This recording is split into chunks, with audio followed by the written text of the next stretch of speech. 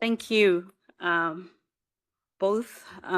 you both of you, High Commissioner and Arisha, for grounding us so clearly in where we are, but most importantly, where we must go.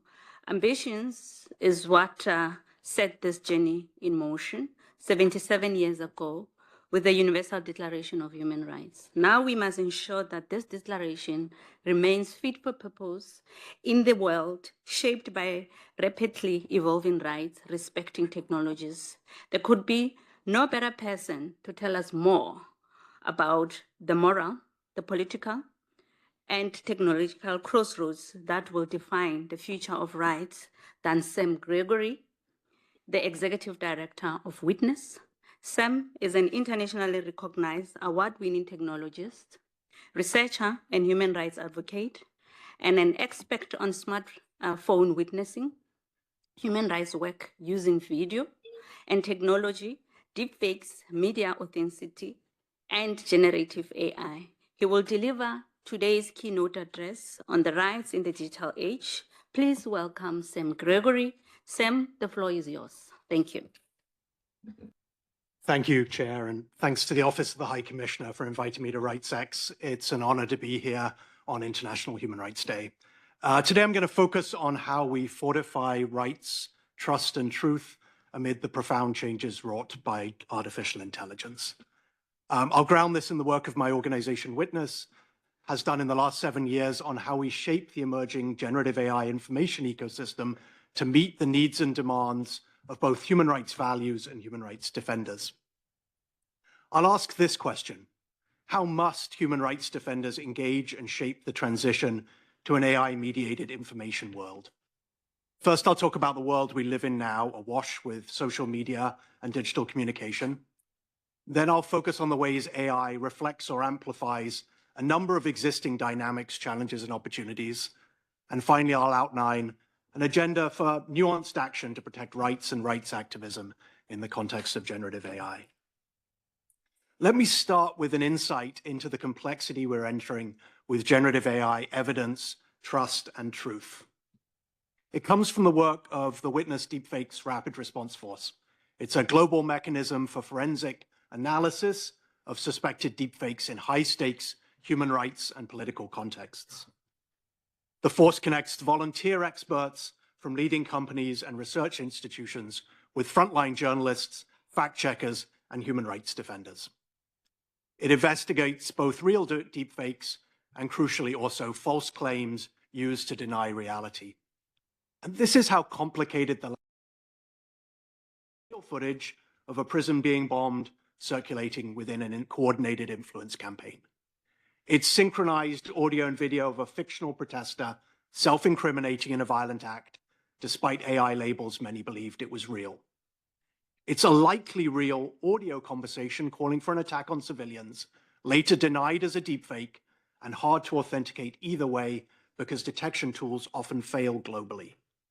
And it's a doctored image of a public figure showing him with a criminal, spreading widely after those same online deepfake detectors incorrectly flagged it as genuine.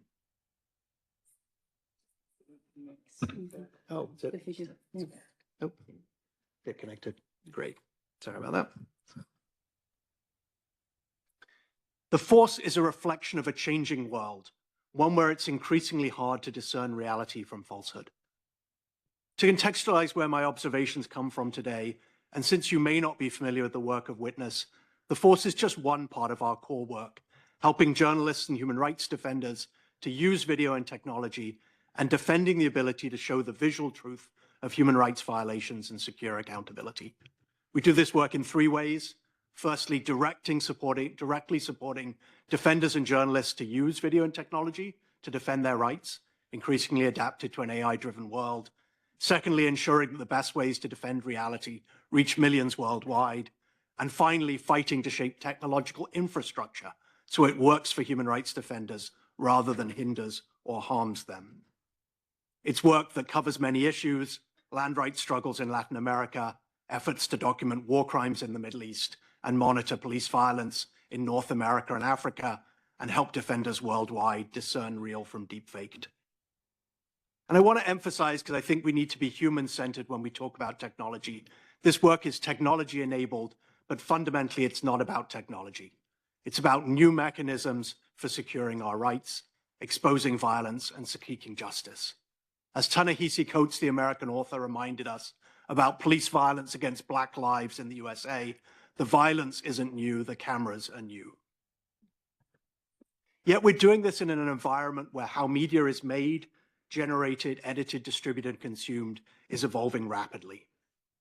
As the High Commissioner noted, these generative AI technologies are being developed with little sense of human rights and not enough input with those most to lose or perhaps gain in using them for human rights struggles. We're entering a moment of transition and rupture in the information environment around human rights. And in a world increasingly awash with social media video, now intermediated by AI, and where our ability to believe what we see and hear is under threat. 7 years ago at Witness, we initiated an effort to prepare, don't panic, looking ahead to this moment. It includes a range of activities, including global training, that rapid response force, work on tech standards around authenticity and detection. But at its heart, I think is the crucial question when it comes to technology. How do we prioritize needs and solutions when it comes to technology? The foundation of the work has been a long-running series of meetings bringing together journalists, human rights defenders, fact-checkers, social movement leaders, and technologists to assess the risks they see and anticipate from synthetic media and generative AI and the solutions they demand. This is because there are fundamental flaws in AI discussion. It is detached from the communities who know best, dehistoricized from existing knowledge of opportunities and harms, from continuity of problems and realities rather than novelty, and from learning from past battles for justice, particularly around social media. These meetings show how much of generative AI's threat is continuity rather than change, most clearly in its directed harm towards women defenders via non-consensual sexual images, in its links to state surveillance and closing civil society space, and in enabling reflexive denial of compromising evidence by those in power. I remember keenly a shack dwellers movement leader in South Africa, who, when we engaged him on deepfakes in 2019, quickly sketched the links between deepfakes, facial recognition, and government attempts to discredit and criminalize his movement's actions. When we talked to Brazilian defenders about deepfaked sexual images of women activists, they instantly placed this in a long line of harassment, like images that photoshopped murdered Black Brazilian politician Marielle Franco into compromising situations with paramilitaries and drug lords. AI compounds existing threats to defenders' safety, reinforcing and enhancing attacks that harm individual women and chill public sphere participation. This is not novelty, this is evolution. AI changes the ease and scope of harm within a recurring dilemma around safety and visibility in human rights work within a digital world of surveillance and communication. Alongside safety challenges from trivially easy impersonation and attacks on activist integrity, generative AI impacts 4 other ongoing dilemmas we've seen recur over the past 25 years. I'll focus on a couple of these dilemmas around truth, trust, and denial, and volume as opportunity and challenge, and how they're compounded in the AI age. Let's start with truth, denial, and the burden of proof. It's far from novel that witness accounts and frontline footage are easily dismissed or claimed as false. The live footage from the Nigerian End SARS protest of soldiers killing protesters was dismissed as fake by authorities, or witness former Syrian President Assad on video evidence of chemical attacks. It was not clear whether the attack happened or not, because how can you verify a video? You have lots of fake videos now. And AI is increasingly enabling denial. The uncertainty I captured in my opening story, that even the world's best forensic scientists can't always make rapid judgments on whether something was made with AI or is authentic, lays fertile ground for negating reality. One case submitted to the force, everything must be exhaustively documented and presented to be valid. There are practical good reasons for this. We have an unprecedented volume of civilian documentation. We have the technologies to combine and present it, but these capacities aren't available to everyone. There are responses, amplifying community-based OSINT, designing tools for lower resource context, but we haven't invested enough to combat this escalating burden and growing expectation of sophisticated presentation that more and more is needed to prove a human rights violation that falls most on those least resourced to do it. The call to completeness, combined with the blatant disregard for human rights accountability, compounds the burden on communities to exhaustively prove the self-evident in the face of apathy and hostility when they legitimately ask what purpose it serves to yet again share another person's pain or another demonstration of war crimes when accountability feels impossible. The burden of proof combined with pressure that claims are falsified falls most harshly on those already trusted least by those with power. Can AI help democratize strategies for presenting evidence and fortifying truth? Undoubtedly, yes, and that is a place we must invest in. Groups like Mnemonic and Syrian Archive have pioneered using synthetic media to train AI models that use computer vision to search for particular evidence types in large video collections. Yet, a colleague was recently discussing the potential use of AI to better visualize airstrike patterns against vulnerable communities. And our partner noted they could not use AI to represent evidence from the field. Too easy for the government to delegitimize their work by claiming AI can't be trusted. A second growing context that is now an intersection with AI, we're in a sea of content. YouTube stopped offering statistics as it escalated to hundreds and thousands of hours per minute. In 2017, the last time highlighted 1 billion hours of watching daily. Volume and visibility are both opportunity, obviously, and the High Commissioner highlighted this, for more people to speak, to organize, to show what is happening, more varied accounts, revealing systematic patterns in aggregate, and also, frankly, a challenge to individual defenders, drowning out voices and documentation and creating security risks from exposure with little benefit.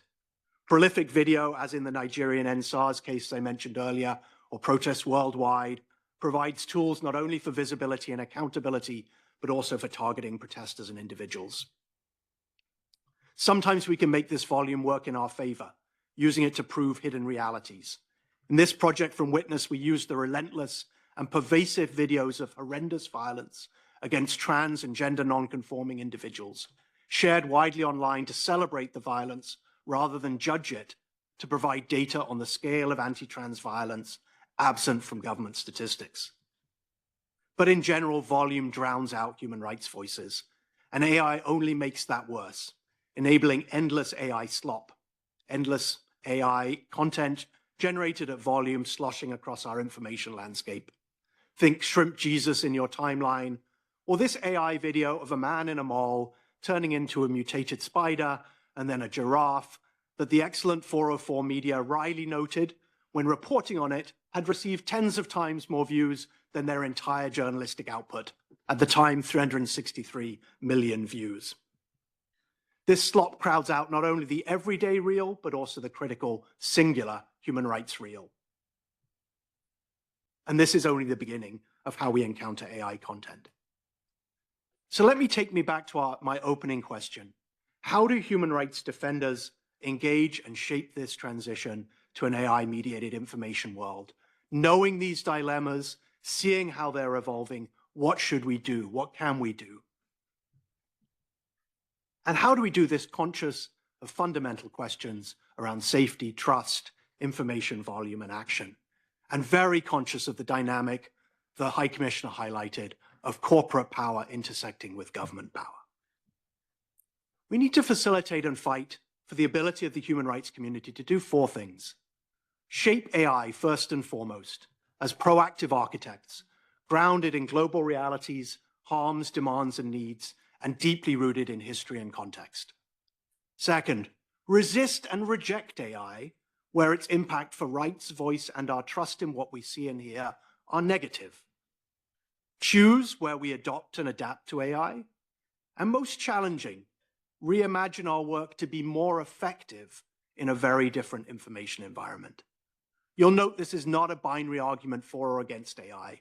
There's no need for false choices between AI for good innovation, responsible AI adoption, or well-grounded AI harms concerns, all can and should be part of how we act, grounded in a strong human rights framework. First, the necessity to proactively shape the AI ecosystem. I use this image with some irony. We cannot afford a faux narrative of technology as a force for good, as during the Arab Spring. Corporate power's capability to shape our information and human rights ecosystem in profoundly negative ways is a constant digital rights fight, profoundly visible in AI now, abetted by the US government. Instead of naivete, we need systemic, early, and meaningful input on rapidly emerging technology systems to ensure they enable fundamental rights rather than undermine them. This is the goal of the small work that we do within the Witness Prepare Don't Panic initiative, and thankfully of many others in the human rights space, including strong national and global South groups and the Office of the High Commissioner. The lesson was learned the hard way from our failure to shape social media to reinforce our needs, not harm them. As an ally in Mexico reminded me, using a land rights analogy to describe the digital world, we're participating in digital territories that are not ours and whose rules don't resonate with us. We can't repeat that mistake. From social media's bittersweet experience, we know how marginalized communities in every society and entire countries are operating in digital structures that weren't built for them, maintained for them, or hold human rights at the heart. With this next generation of technology eyes wide open, we should shape by engagement, pressure, powerful alternatives, and democratic regulation. Let me give a really concrete example of shaping emerging AI infrastructure so it serves human rights and human rights defenders. Standards are being developed to show how AI is being used in our content and communication. One effort, the Coalition for Content Provenance and Authenticity, or C2PA, which I've been deeply involved in, uses cryptographically signed metadata to show content details, an updating record of how AI was used to make or edit a piece of content or communication, where humans or other technologies were involved, and how it was shared. Basically, you might think of it as a recipe and serving instructions for what mix of AI and human was used to make what you're viewing or hearing. We need this as part of a new AI-infused media literacy and to counter myths and disinformation, as well as defend a creative world of AI communication that enables many more people to communicate in many new ways. But from journalists and defenders globally, we've heard not only consistent interest in these media transparency approaches, but also a question. They want them only if there is a nuanced design and implementation that ensures global applicability, avoids centralized control, and ensures that this approach does not rely on linking media production or digital communication to identity in a way that can be weaponized against speech. And again, only if these approaches don't also unfairly shift the burden of proof, making it even harder for marginalized voices to be heard and trusted. For 5 years at Witness, we've been making these advocacy points with some success, ensuring these needs are actually reflected in technical standards starting to be adopted globally that will underpin how we trust and believe content in an AI-permeated future. And what I think is important to note here is these technologies will be stronger for everyone. They will be more innovative and effective for every need, including business needs, because of this human rights impact, not weaker. Privacy-protecting technologies that are accessible globally, that are meaningful to a diverse range of people, are the solution in the AI world, shouldn't be the exception. We must also make concrete choices on when to resist and when to reject AI or its consequences in order to protect rights, trust, and voice. At a structural level, this is about fighting just as hard against bad AI policies, standards, and regulation as we try and shape productive standards, technologies, and democratic policy. In a moment where national security and narrowly construed innovation, plus oligarchic power, are overwhelming the focus on civil and human rights that should be central to understanding AI harms, there's a critical place for human rights defenders in coalitions that stand up to framings of AI that neglect or ignore the values, needs, and demands expressed by vulnerable communities. But we can also more specifically resist AI's impact on trust and confidence in our information ecosystem and in the visual truth in very specific, manageable ways that go to the heart of how technology is built. Let me give one example. Detection approaches for deceptive AI, ways to understand whether something has been faked with AI, are not currently designed with and for global contexts and usages where they're needed most, nor for real-world contexts where their determinations matter. There's a detection equity gap around tools and capacities we must bridge to resist deceptive AI's impacts, ensuring detection technologies are in the hands of the critical first line of action, human rights defenders and journalists globally who must defend their realities against distrust and lying corporations and governments. Again, here's an example where our community's choices to resist AI's impact on trust benefit all. Better tools for human rights defenders and journalists globally are better innovation and tools for businesses and individuals fighting scams and fraud in a global world, not a narrow slice of the global north. There's also a need to adopt and adapt. Some of this will be incremental changes in tactics and practices that make something we do as human rights defenders easier, better, or more accessible. One thing I love, as someone who's worked all my career with video and visual imagery, is how AI makes it easier to blur someone's face in a humanizing way. No more the blocky blur that conceals this survivor's identity, but also compromises their humanity as they speak out about rights violations. Yet, of course, at the same time, AI makes it easier to de-anonymize people who are blurred. Other dimensions of a new AI-mediated ecosystem require different thinking about how information is accessed and created.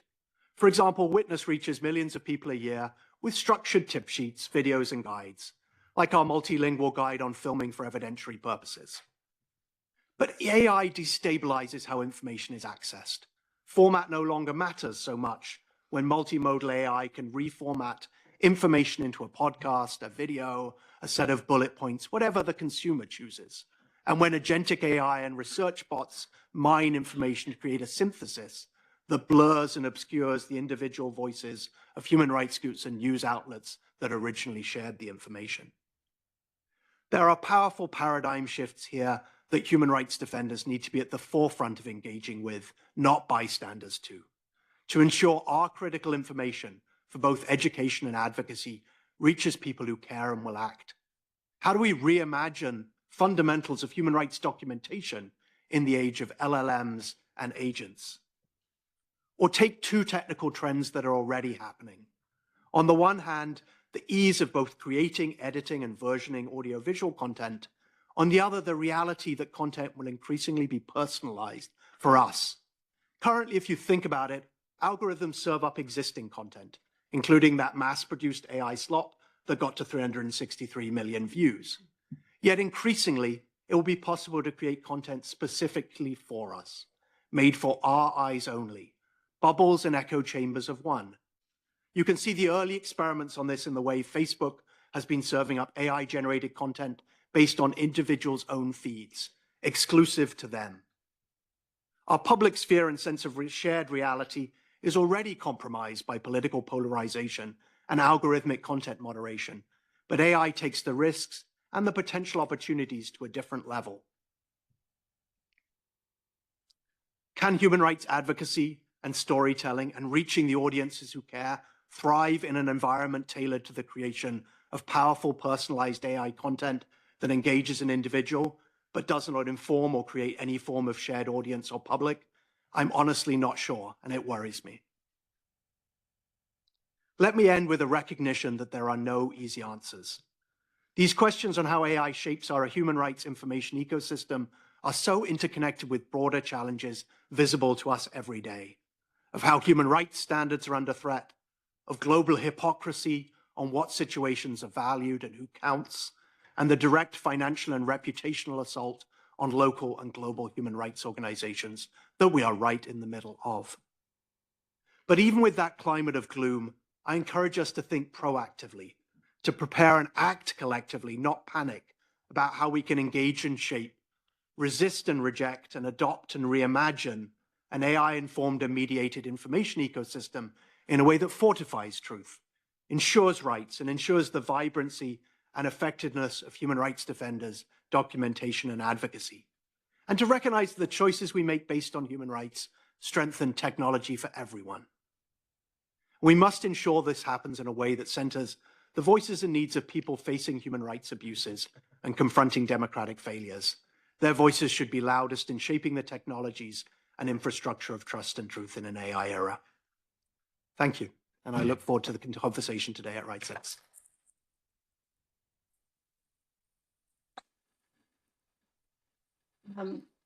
Thank you, Sam. You are a true human rights advocate. Thank you for a powerful and timely keynote. Your insights on the moral and technological crossroads of our digital age give us a vital compass for the discussion ahead.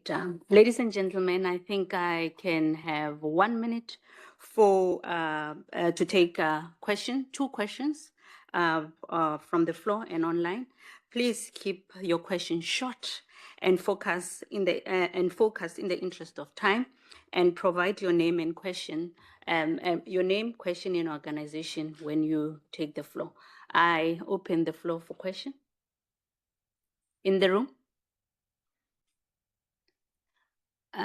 Yes, at the back. Thank you, Sam, for your presentation. A quick question on agentic AI. My name is Gregory Tutton. I'm a diplomat in the Order of Malta's Diplomatic Corps. We have humanitarian projects in 130 countries, and we see a lot of the ways in which social media can foment and engender hate in these situations that then create really difficult problems to solve. To what extent do you see agentic AI specifically as a platform-based social media tool further complicating these things? And to what extent could we use agentic AI to promote human rights?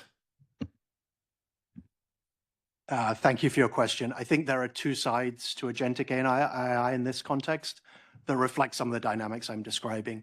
One is that, we already have a problem in the way generative AI is being used to spread mis and disinformation, to generate more effective campaigns that are more personalized and directive. A proliferation of AI agents complementing those efforts will make it harder for us to navigate that landscape.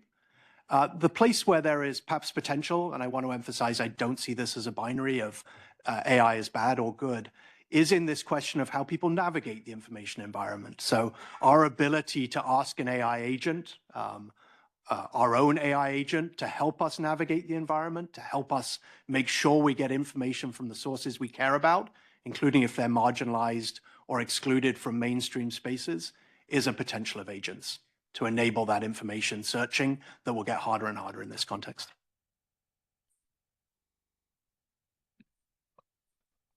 Thank you. I'm now going to turn online. There's a question from Jessica. Sam, for you. What are the technological tools and methodologies you propose for effectively documenting and monitoring violations amidst the ongoing war in a country like Sudan, taking into account access restrictions and the prevalence of hate speech and racism?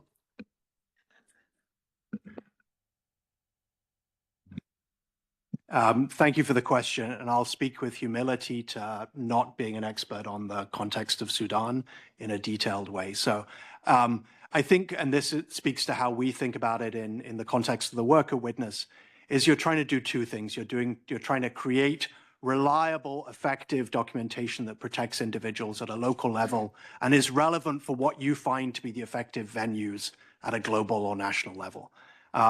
I think in many ways, the principles of effective documentation haven't changed. What we are increasingly seeing is that we need to be very attentive to what is changing with AI, right? And I think it's a fair assumption to recognize that any critical piece of evidence now will face challenges of falsification from AI. Any critical voice that speaks out is likely to find that it is easy for a clone of their voice to be used to say something different. So trying to think about redundancy in documentation, the ability to be able to rebut those claims, it is unfortunately exactly that same dynamic I'm describing of more information being needed, more collecting without necessarily a venue or a place to use it. So that's part of what we've been trying to address in the witness context is how do you think ahead to what you're going to need to know, unfortunately, in a world where there is a proliferation of information that is true and a proliferation of falsifications that instantly chase that true documentation. I see there's a question at the back. I think it's the last one now. Please take the floor. Véronique Aubert from HRIB team. Thank you so much for the presentation. Violations against children have, as you know, are rampant, yet children historically haven't had the chance to contribute just as much to the documentation process, investigation process, or the advocacy process, considering that a large consumer part is the youth and children population in terms of consumption of AI and use of AI. What's your view in foresights on how AI can potentially not only impact the safety of children, but also give them a voice through human rights and child rights development in the future? Thank you.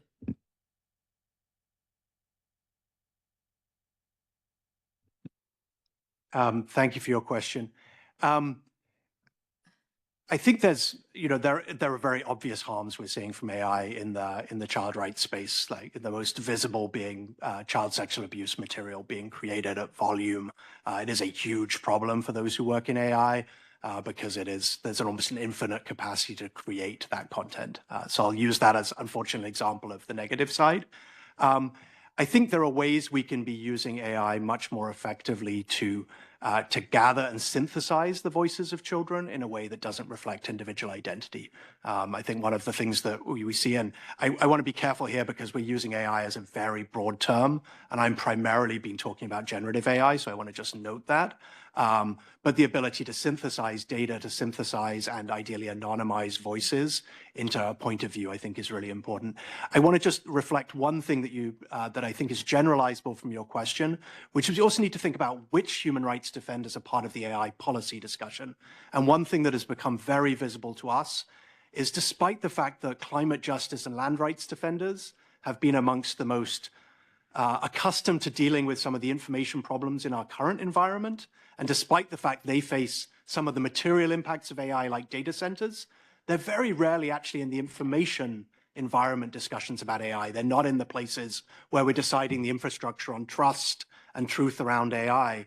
And so again, to the point that we should think very broadly about which human rights defenders are part of the conversation and who have expertise, and recognize at the moment there are significant sectors that are excluded, including children as rights defenders and climate and land rights defenders as a constituency that's very under threat and has deep experience that's relevant to shaping the environment. Thank you. Thank you very much, Sam.